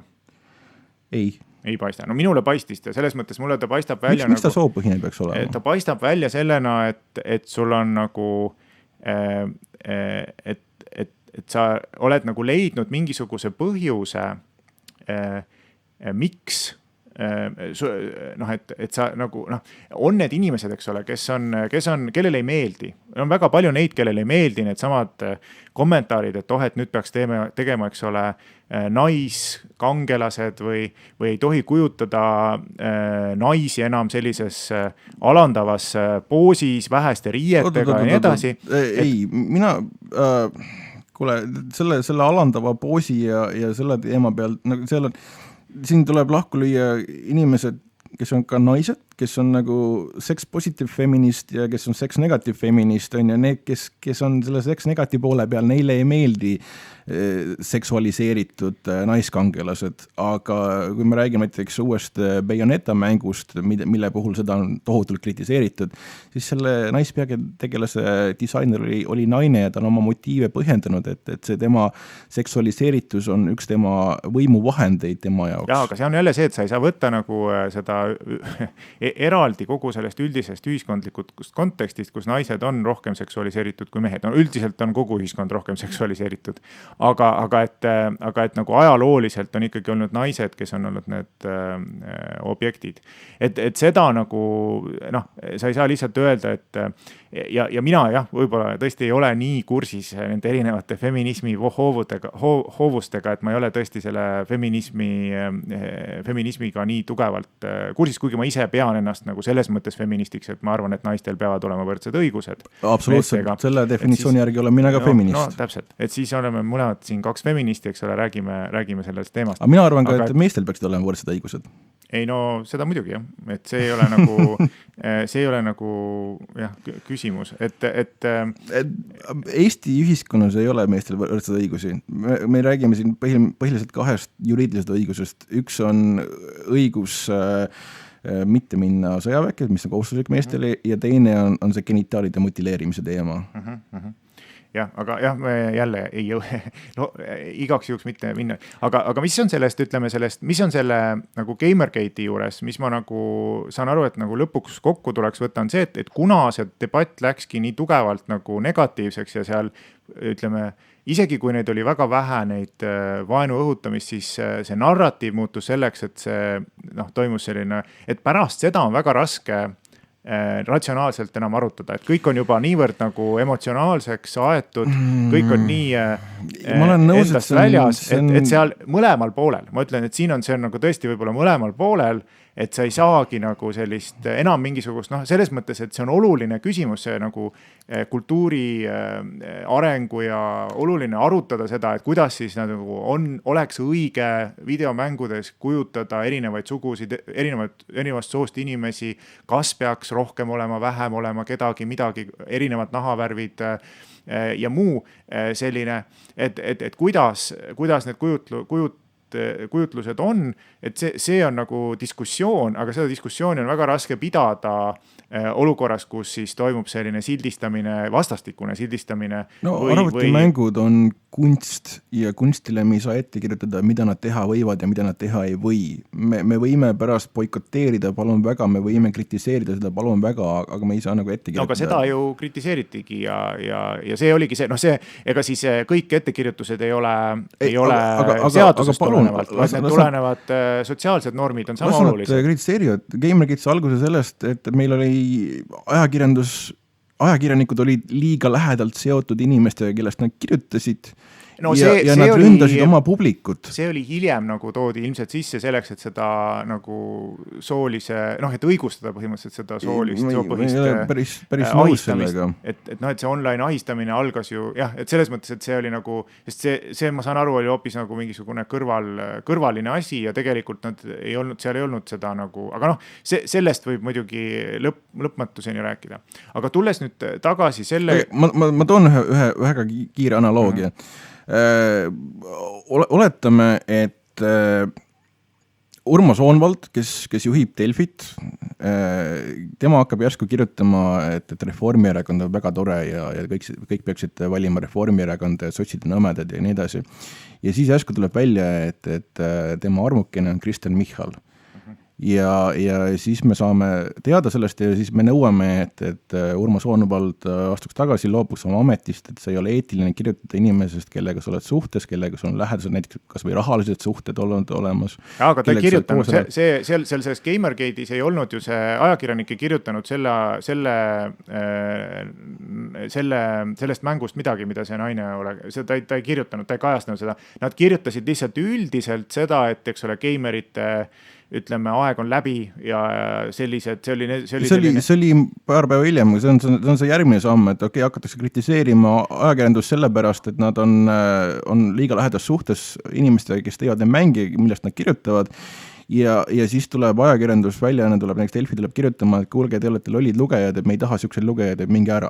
Ei no see ei olnud päris nii muidugi, aga et seal on selge, et see teema ei olnud nagu üldse, seal ei olnud seda mingisugust, neil ei olnud tegelikult seal omavahel mingisugust muud seost, nad ei kirjuta, ma ei saanud aru, see ajakirjanik ei rikkunud mingisuguseid eetikareegleid, kuna ta ei kirjutanud selle naise mängust mitte midagi. Et see ei olnud nagu sellega kuidagi seotud. Total Biscuit, kes on väga tunnustatud mänguajakirjanik YouTube'i põhine, keda mõlemad pooled austavad, nii palju kui mina aru saanud, tema tegi 1,5-tunnise intervjuu Kotaku peatoimetajaga, kus nad võtsid neid teemasid läbi ja tõesti Kotaku peatoimetaja ka tunnistas, et eetilisi probleeme on olnud, et tegu on uue valdkonnaga ja me tegeleme nendega ja me räägime oma ajakirjanikega sellest. Seda muidugi peaks rääkima nagu kogu, ütleme, tehnikaajakirjanik ütleme, videomängu ajakirjanikud on üks osa, eks ole, tehnika või ütleme, paralleel on seal tuua, et seal on nagu ka tehnika ajakirjanikud ja ütleme nende seosed, noh näiteks kui palju, eks ole, Eesti tehnika ajakirjanikud kirjutavad kriitiliselt Microsoftist mitte eriti. Nad ei saa kirjutada kriitiliselt Microsoftist, siis need ei kutsuta enam kuhugi. No täpselt, et noh, et see on nagu ütleme, tehnika valdkonnas on see ajakirjanduse ja äri väga tihe suhestumine omavaheline probleem, aga see ei ole nagu see, millest noh, et see oleks kõik võinud olla, see oleks kõik välid olnud see kriitika, kui seal ei oleks olnud seda soopõhist ahistamist, mis oli järgnes sellele. Et samamoodi see ei ole soopõhine ahistamine, see oli oma soo kilbile tõstmine kaitsmaks ennast kriitika eest. Ma toon ühe teise näite, et ma ei tea, kuidas sa sellesse nagu suhestud. Et oli CNN-is selline saatejuht nagu Piers Morgan. Enam ta vist seal saateid ei tee. Jumal tänatud. Aga jah, mis temaga juhtus oli see, et ta kutsus saatesse ühe transsoolise naise.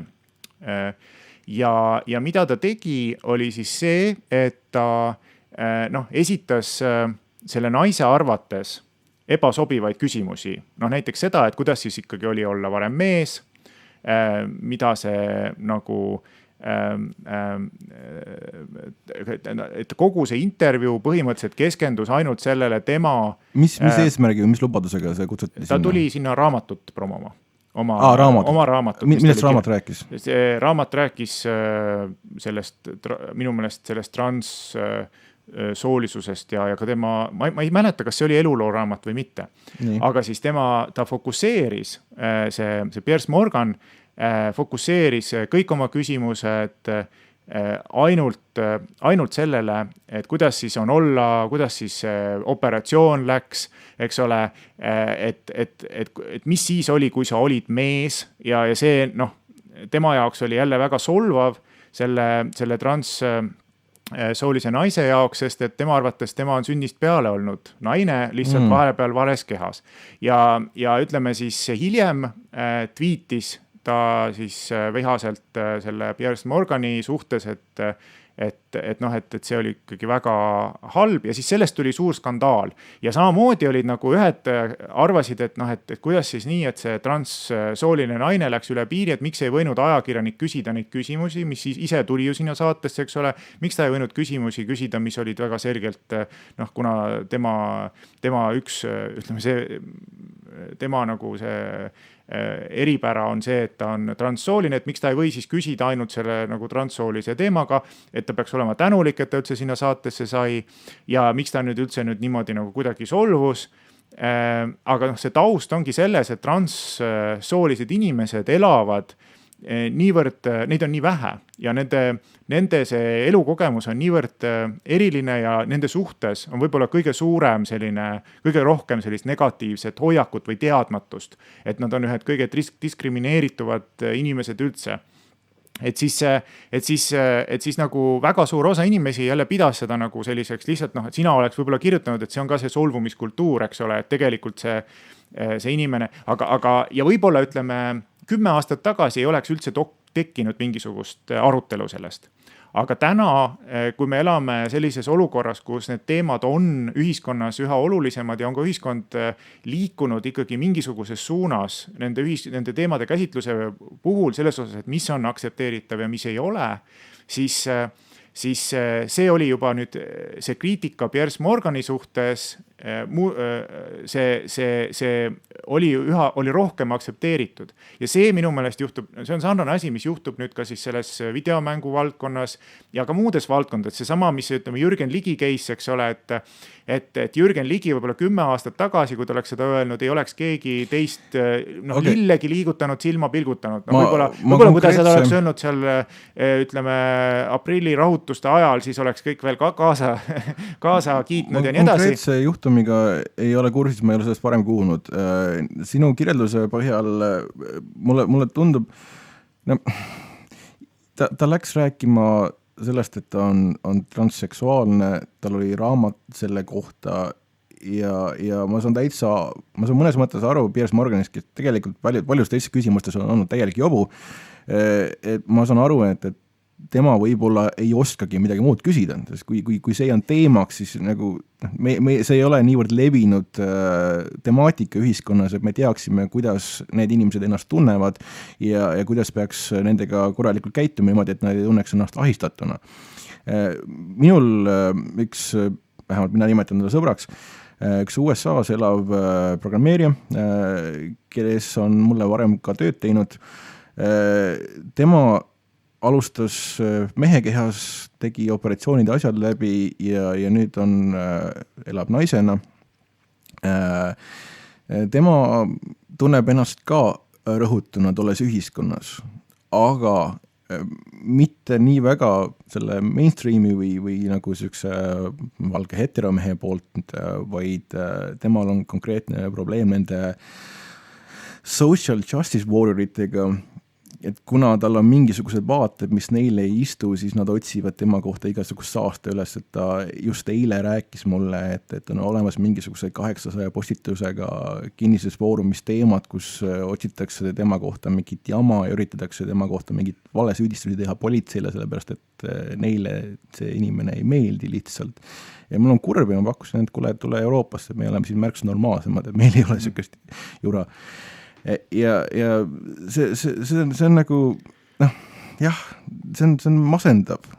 Kui eile samuti oli üks teine postitus oli teemaks, et kus üks Gamergate'i toetav transseksuaal, kuidas talle tuldi privas rääkima, et sul on õigused ainult tänu meile, sa ei tohi olla Gamergate'i poolt, kui ei oleks meid olemas olnud, sa pead olema tänulik meile, sa kuulud meile, kui ei oleks meid olemas olnud, sa ripuksid praegu nööri otsas kusagil. Et see on nagu tülgastav suhtumine ka, et kui sa ei toeta seda narratiivi, et sa oled rõhutud ja et me kaitseme sind, siis nagu sa oled seal ka outsider. Ei no muidugi ja see ongi see, et see on nagu, need ongi väga keerulised küsimused, sest et minu teada on ka mingisugune suur võitlus feministide, teatud feminismi koolkonna ja siis transsooliste inimeste vahel, aktivistide vahel selles osas, et kas transsoolised on ikkagi tõelised naised ja kuna nad on sündinud näiteks mehena, et siis kas nad saavad ikkagi olla selles rõhutute grupis või mitte, kuna nad on vähemalt algused selles privilegeeritud grupis sündinud ja siis ütleme sellest ise loobunud, et neil naistel seda valikut üldiselt ei ole. Et siis see on nagu seal on olnud neid ja see on nagu seda selles mõttes, et me võime üksikuid case'e muidugi võtta igalt poolt, aga ma ütlen, et see nagu üldistada, siis see üldine käsitlus minu meelest ikkagi on see, Eestis on ka ju seda, et ütleme, tunnevad ikkagi paljud et võtta nagu selline macho nagu Priit Pullerit, eks ole, tema isiklikku kaasust me oleme siin vist ka varem arutanud, aga et tema ju väga tugevalt, et ütleme, minu meelest see sinu artikkel võis jätta, ma tean, et sa ise seda ilmselt niimoodi ei mõelnud, aga see mingis mõttes nagu ujub samas suunda või on nagu sarnase loogikaga, et kui see, ütleme, pehmode vastane võitlus, mida peab Pullerits, et ta nagu et see oht on, mis on selle sinu artikli puhul on nagu oht, et seda mõistetakse selliselt, et need rõhutud või vähemused peaksidki, ütleme, suupidama ja ärge astuge välja, sest et muidu teid hakatakse süüdistama selles, et te kasutate ära oma staatust naise, ma ei tea, venelase, puudega inimesena ja see võib nagu teistpidi seda et te hoopis rõhute neid, et see on nagu, ütleme, LGBT teemade puhul, et justkui see, et geid ja lesbid peaks saavad võrdsed õigused, see kuidagi rõhub usu inimesi mingisuguse religiooni järgi, et seal on nagu hästi, nende teemadega tuleb olla hästi ettevaatlik, et kuna meie eesmärk... Ma olen nõus, et ettevaatlik tuleb olla, ma tooksin ühe väikse näite, et mingis mõttes ka mina olen rõhutud vähemus, ma olen terve elu olnud ülekaaluline, mind on koolis naritud selle pärast ja vahel aeg-ajalt siiamaani ma saan selle pärast mingisuguseid solvanguid. Samas ma ei ole kunagi võtnud ette inimest, kes minuga mingis küsimuses ei nõustu ja öelnud, et sa vihka mind sellepärast, et ma olen ülekaaluline. See oleks nagu totaalselt jabur. Ma arvan, et see on nagu kindlasti mingi case on ka, et osa inimesi lihtsalt võib-olla ei võta sind tõsiselt just sellepärast, milline sa välja näed. Et see ongi nagu... Kui ma hakkaksin rääkima tervislikust toitumisest, siis nagu jah, ma mõistan. No, aga miks mitte? Selles mõttes, et miks sa ei võiks rääkida tervislikust toitumisest, et see ei ole nagu, et see on see, et me peaksime ikkagi eristama inimest ja seda, mida ta, mida ta teeb, et see ei ole, see on nagu see, et ka naiste õigustest ei pea rääkima ainult naised, et see on meie ühiskondlikust probleemist nagu sooline ebavõrdsus, peaksid rääkima nii mehed kui naised võrdselt, eks ole. Vaata see tervisliku toitumise teema on see, et kui mina hakkaksin õpetama sulle, kuidas mängida World of Warcrafti ja ma ei ole seda mitte kunagi mänginud, siis minu teoreetiline teadmine võib olla hea, aga ilmselgelt ma ei ole pädev sulle seletama, mis asi on World of Warcraft ja kuidas seda mängida. Ma ei tea, ütleme suurem osa, ma ei tea, võib-olla õppejõudusid ei ole kunagi praktikas midagi teinud. Ja, see on halb, seda tuleb parandada. Võivad sellest hoolimata selgitada mingisuguseid asjad. Jah, et selles mõttes küll, et kui see on nagu iseenesest mõistetav, et see tegelikult ei ole nagu pädev või see elukogemus. Mingis mõttes siin on alati nagu ka see dilemma, et ühest küljest probleem on nagu üldine, aga teisest küljest probleemi eest peaks saama, seda probleemi on tõhusam lahendada, seda rõhumist on tõhusam lahendada, kui selle eest astuvad välja need samad vähemusrühma kuuluvad inimesed ise.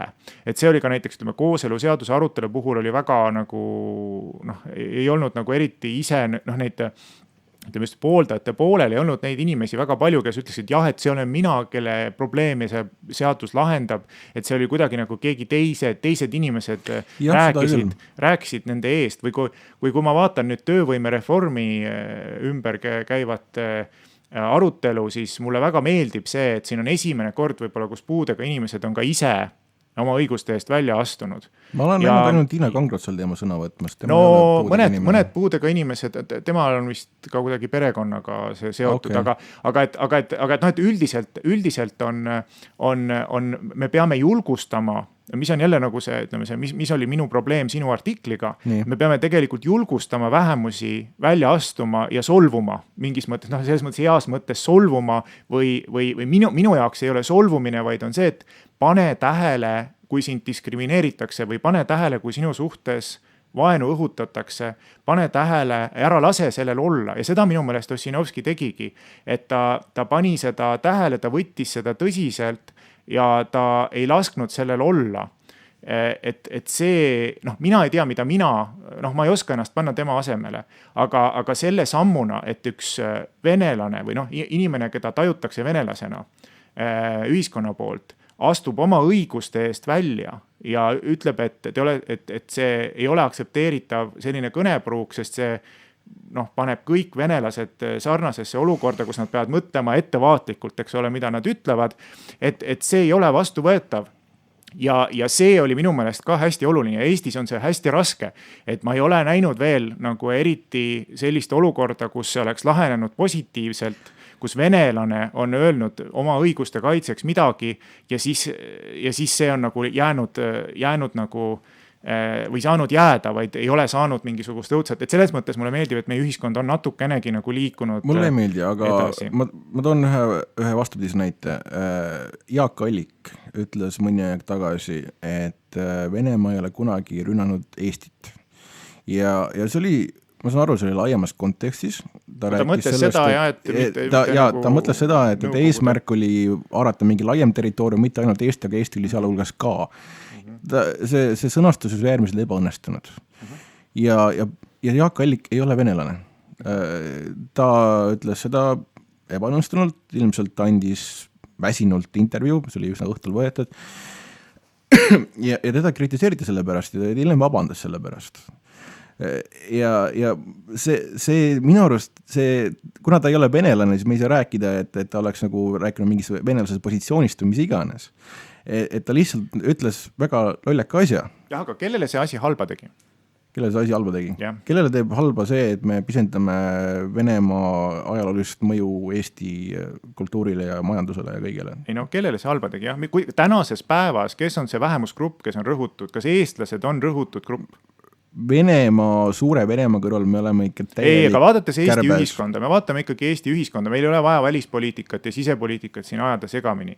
Me räägime seda ja seda on minu meelest Eestis õudselt palju, et eestlastel on mingisugune ohvrikompleks või mentaliteet, kus nad tunnevad... Jah, me solvume väga kergesti selle peale. Jah, et see on hästi tugev selline nagu kompleks, aga eestlased on praegu see domineeriv privilegeeritud grupp Eesti ühiskonnas. Ma arvan, et meie ohvrikompleks laiemas suure Venemaa kontekstis on väga põhjendatud arvestades seda, mis toimub Ukrainas näiteks praegu. Jah, aga see ei ole nagu, kui me räägime praegusest Eesti ühiskonnast ja sellest, et me tahame Eesti ühiskonnas siin, ütleme Eesti riigi piirides, meie jurisdiktsiooni valdkonnas korraldada oma ühiskonna asju selliselt, et me saaksime siin hästi läbi, siis sellele ei aita kaasa see, kui domineeriva grupi esindaja ütleb, et selle vähemusgrupi sõnavõtt mõjub temale ohustavalt ja ta ei tohiks rääkida nendest asjadest või et tema võib sattuda mingisuguse repressiooni ohvriks. Seda ei ole, see ei ole võimalik. See Eesti riiki, kui sa vaatad valitsust, meil on esimene venelasest minister seni selle alates taasiseseisvus 23 aastat, eks ole, esimene venelasest minister. Ja öelda, et eestlased ei ole olnud, või eestlased on nagu domineerivas positsioonis ja nüüd ongi küsimus selles, et ja ma arvan, et see ei lähe lihtsalt. Ma arvan, et siin läheb veel väga tugevaks kismaks, väga tugevaks võitluseks. Väga see rahvusküsimus aga see rahvusküsimus, ma arvan, et see tuleb nii või teisiti, sest et ütleme, Ossinovski on esimene, aga see varem või hiljem peab juhtuma, et venelased saavad Eesti poliitikas võrdse õiguse osaleda. Ja see tähendab ka nende esindatust, see tähendab ka seda, ja nüüd on küsimus, kas eestlased sellega lepivad või mitte. Et samamoodi, et kui et kuidas näiteks Iisraelis, eks ole, kuidas Iisraelis, millal juudid lepivad sellega, et palestiinlased saavad seal ka, need, kes elavad siis Iisraelis, mitte need, kes on Palestiinas. Aga et nendel on ka, ütleme, seal demograafiline protsess selline, et põhimõtteliselt võib olla varsti niimoodi, et palestiinlasi on rohkem kui juute Iisraelis. Et kuidas nad sellise asjaga nagu hakkama saavad ilma, et kui sa oled demokraatlikus riigis, sa ei saa ju väga pikka aega lihtsalt välja lülitada suurt osa elanikkonnast poliitilisest elust või tekitada neile mingit kunstlikke takistusi. Ja, aga me peame ikkagi vaatama case by case, et kui me vaatame Alliku ja Ossinovski juhtumeid case by case, siis tegelikult siin ei ole probleem selles, et me kuidagi eitaksime mingisugust venelaste rahvust või rõhuksime neid, vähemalt minu tõlgenduse järgi. Lihtsalt Jaak Alliku sõnad, neid võis tõlgendada kui siukest nagu, et Venemaa ei ole Eesti jaoks ohtlik temaatikat, mis tegelikult see on kaitsepoliitiline küsimus. Täpselt see on kaitsepoliitiline küsimus, aga see on siiski nagu väga paljude eestlaste jaoks väga oluline teema, mis tekitab valu nendes. See on nagu, sa võid öelda selle kohta ajalooline ohvrikompleks, aga see on siiski väga paljude eestlaste jaoks on väga valus teema. Ja ma ütlengi, ja ma olen täiesti, see on nagu selge, et me oleme ka olnud, eks ole, ohvrid, aga seda enam me peaksime saama aru, et me ei saa ise nüüd vastutasuks kedagi teist diskrimineerima asuda. Loomulikult me ei peaks kedagi, me peame olema parem, me peame demokraatlikke väärtusi ja kõike muud toredat esindama siin.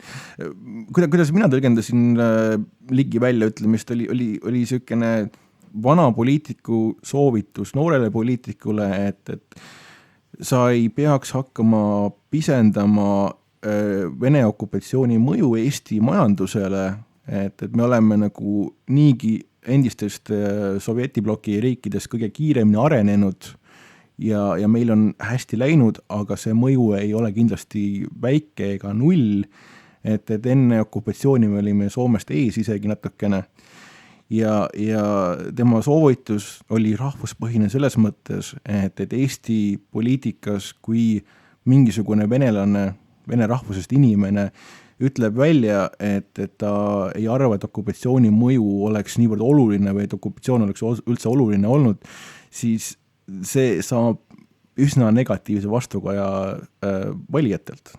See oli minu jaoks mina ei ole küll nõus, et Ligi oli mures selle pärast, mis Ossinovski valijad Ossinovskist arvavad. Ma arvan, et Ossinovski valijad arvavad Ossinovskist väga hästi, aga Ligi väga selgelt, ma arvan, et ta ei, ma loodan, see tähendab, et ta ei mõelnud niimoodi, nagu ta tegelikult kirjutas, aga ta ütles väga selgelt, et Ossinovski just seetõttu, et ta on, eks ole, venelane, seetõttu ta peaks olema ettevaatlik oma sõnades ja see on põhimõtteliselt nagu, kui seda ütleb ja kui see oleks jäänud nagu lahendamata või kui selle tulemusel ei oleks kedagi tagasi astunud, missuguse signaali see saadab Eesti kohta Eestis elavatele venelastele, millise see signaali see saadab Eesti kohta ülemaailmselt. Ma ei räägi ainult sellest, kuidas nagu siis Venemaa võib seda ära kasutada, aga ma räägin ka sellest, kuidas selles mõttes, et see lugu välismeedias, kui oleks jäänud niimoodi, et ütles, ütleme, Eesti rahandusminister ütles Eesti rahvusest, rahandusminister ütles oma kolleegile esimesest vene rahvusest ministrile, et kuna ta on venelane, siis ta ei tohiks nii palju suud pruukida. Ta ei tohiks pisendada okupatsiooni mõjusid Eesti majandusele. Just, ükskõik mis teemal, et sellepärast just, et ta on venelane, ei tohiks ta seda teha. Et siis see mängib selles mõttes, see ei jäta meist ka kuigi head muljet kui demokraatlikust inimõigus ja vähemuste õigus ja austavast riigist. Ettevaatlik sellega. No just. Ja mida see tähendab, kui ma ütlen sulle, et sa oled juurteta migrant ja peaksid olema ettevaatlik oma sõnavõtus, siis ma arvan, et see ei olnud nagu mõeldud sellena, et ma hoolin sinust, et ole palun rohkem ettevaatlik oma sõnades. Et see ei ole, seda ei olnud võimalik kuidagi teistmoodi võtta. Ja Jürgen Ligi sai väga selgelt ise ka sellest aru, et ta on teinud väga suure vea, kui ta niimoodi ütles ja sellepärast ta kustutaski selle postituse, sellepärast ta vabandas kohe ja sest et ta nagu see on nagu põhimõtteliselt Ligi on varem ka öelnud värvikaid asju. Ligi on väga värvilise kõnepruugiga. Aga ta ei ole kunagi niisugust või teine võimalus ongi see, et me oleme lihtsalt ühiskonnana jõudnud nii kaugele, et see ei ole enam aktsepteeritav. Et kui haridus või oli siis nagu just see küsimus ikkagi selles, et venelaste küsimuses on see muutunud selliseks, et see ei ole aktsepteeritav. Et kui ta oleks öelnud midagi naiste kohta või oleks midagi öelnud, et oleks öelnud, et ma ei tea, huvitav oleks konstrueerida, et näiteks kui ta oleks öelnud Urve Palo kohta, et oleks vaidelnud hoopis Urve Paloga, oleks öelnud Urve Palole, et sina naine, sina ei tohiks, ma ei tea, mingitel teemadel üldse nagu rääkida. Ei, ta ütles, et mitte ei tohiks, loomulikult ei öelnud seda. Et sa pead olema ettevaatlik, kui sa räägid, just, et sina kui naine või sina kui selle vähemuse esitaja ole ettevaatlik, kui sa räägid sellest sinu vähemusega seotud küsimusest. Ma olen tähele pannud midagi meie tänase vestluse teemal. Sa oled olnud väga ettevaatlik rääkides naiste kogemusest ja naiste elust. Kui mina ütleksin sulle, et okei, kui sa räägid naistest, kuna sa ise ei ole naine, et sa peaksid olema ettevaatlik ja mitte üldistama, kas sa oleksid solvunud selle peale? Muidugi mitte, aga sina ütled ju seda selles mõttes, et sinu eesmärk ei ole, sina ei solva mind samaaegselt. Nii, aga kui naine ütleks sulle, et sa ei tohiks pisendada meie kogemust ja see peaksid olema ettevaatlik rääkides naiste elust ja naiste kogemusest, kas sa oleksid solvunud selle peale? Kas sa nõuaksid, et see naine astuks tagasi kusagilt? Ei, miks ma peaks... See on täpselt sama case. Ei ole ju. On. See ei ole kuidagi sama... Kuidas see sinu jaoks ei ole sama case? Sa paned Jürgen Ligi siis selle venelase seisukohta või? Ei. Jürgen Ligi ei ole see rõhutud grupp. Mis mõttes? Jürgen Ligi räägib võimupositsioonilt, esindades ühiskonnas seda gruppi. Nad on mõlemad ministrid nagu. Ei, tema on võimupositsioon, ta on selles mõttes, ta on sellest rahvusest, sellest soost, selle taustal, selle asja nimi, mida sa praegu teed, on minu arvates kollektiivne karistamine ja see on keelatud. Ei, ma ütlen, et tema on privilegeeritud grupi esindaja. Ja kui me räägime privilegeeritusest ja ajaloolisest privilegeeritusest, siis see kõlab nagu grupiviisiline käsitlemine ja karistamine, sellepärast, et keegi on... See ei ole karistamine, see on see lihtsalt, et see kontekst, kus ta seda välja ütleb, on selline. Aga mis puutub siia see, mida minu esivanemad tegid näiteks või kust minu... Mida Jürgen Ligi ise teeb. Jürgen Ligi ise on ju teinud aktiivselt takistanud naistel võrdse kohtlemise edendamist või võrdõiguslikkuse edendamist. Jürgen Ligi oma otsustega, oma sõnavõttudega, oma tegevusega on ajalooliselt pidevalt üritanud alla suruda naiste õiguste eest võitlemist. Ta on seda teinud oma sõnades ja mis on veel olulisem minu meelest oma tegudes. Et selles mõttes seda ei ole nüüd küll võimalik kuidagi väita, et ta nagu, et tema oleks mingisugune suur naisõiguslane või et ta nagu hoolitseks selle eest, et vähemused või naised peaksid saama ühiskonnas parema olukorra. Sinu väite taustaks on asjaolu, et Jürgen Ligi rahandusministrina ei ole heaks kiitnud neid eelarve soove, mida on soolise võrdõiguslikkuse büroo talle esitanud. Mitte eelarve soove, vaid need, mis olid seaduses ette nähtud, seaduseelnõu seletuskirjas ette nähtud, et saaks täita seadust. See oleks sama hea. Ei ole õiguslikku siduv. Ei, samamoodi, see oleks sama hea, kui Jürgen Ligi otsustaks üks hetk, et et me pension ikkagi välja ei maksa. Et see on seaduses ette nähtud kulutused. Et kui on seaduses ette nähtud, et tuleb seadus... ette nähtud kulutus, seaduses seletuskirjas on ette nähtud kulutused, nagu sa ütlesid. Jah, aga kui seadust ei saa rakendada, ilma et neid kulutusi teha, et kui pension ei saa välja maksta, ilma et inimestele reaalselt füüsiliselt raha üle kanda kontole, siis see on sama case. See on lihtsalt see, et Jürgen Ligi arvab, et kuna sooline võrdõiguslikkus ei ole tegelikult nii oluline teema, et see on pseudoteema, siis ei pea sellele raha andma. No mina kritiseeriksin ka konkreetse büroo tegevust selles mõttes, et... Vahet pole. Konkreetsed inimesed konkreetseteks inimesteks, küsimus on selles põhimõttes, et kas sa oled näidanud oma tegudega tegelikult, et sa ei hooli nendest asjadest. Ja siis selles kontekstis on sinu väljaütlemine, ütleme niimoodi, et kui Jürgen Ligi oleks muidu olnud äärmiselt ma pigem räägiksin siin valitsuse prioriteetidest, mitte nii väga Jürgen Ligi teemast, aga see on ikkagi laiem valitsuse otsus, see on ka sotsiaalministri teema, mitte ainult rahandusministri teema. Ja, aga me räägimegi seda, et aga kes on valitsus, need on inimesed ja need on ühesugused inimesed, kellel on, kes on olnud väga pikalt täpselt samasugused. Aga ma arvan, et me oleme nüüd, me oleme 2 tundi rääkinud või kui kaua me oleme rääkinud? 1:30 vist tuleb välja praegu. Et me peame nüüd otsad, selge on see, et tegemist on teemaga, mis pakub kõigile väga palju huvi ja mis on selline huvitav. Ma loodan, et tänane saade oli selline hästi mõtlema panev ja selles mõttes ka huvitav, kuigi me rääkisime ka sellistest mõne jaoks võib-olla nišiteemadest, aga ma arvan, et see on see diskussioon, mis on väärtuslik minu meelest, mis mulle väga meeldis selle artikli puhul on see, et meil ühiskonnas me arutame nende küsimuste üle ja me arutame nende üle mõistlikult ilma teisi pisendamata või siis ka ilma, et tegelikult sellele ka sinu artiklile järgnes ju diskussioon ja see diskussioon ei olnud nii väga suunatud selle suhtes, kes sina oled,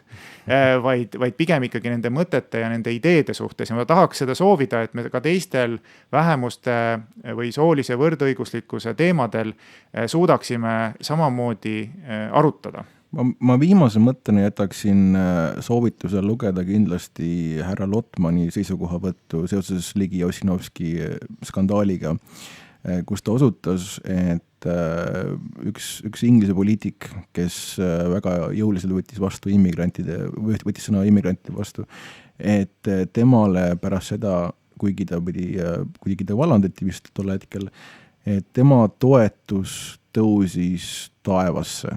Ta sai äärmiselt populaarseks. Ja selline diskussiooni tapmine ja mõnes mõttes ma arvan, et solvumiskultuur iseenesest panustab sinna, et sellele vastuhakkamine muutub äärmiselt populaarseks. Lihtsam oleks võib-olla ignoreerida natukene või rääkida mõistlikult, mitte niimoodi, et see on vale ja seda ei tohi teha ja peab tagasi astuma nii edasi. ja no kindlasti selles osas ma saan sinuga ka nõustuda, et tuleb valida oma lahinguid ja mõnes kohas võib olla kompromiss mõistlik, et sa täna ütleme seda me oleme kogu aeg ka öelnud ja rääkinud, et see ühiskond, hoiakud ühiskonnas ei muutu üleöö, see võtab pikka aega, kui need hoiakuid muutuda ja alati on võimalus, et nad tegelikult ei muutu selles suunas, kus sa ise neid soovid. Aga ma arvan, et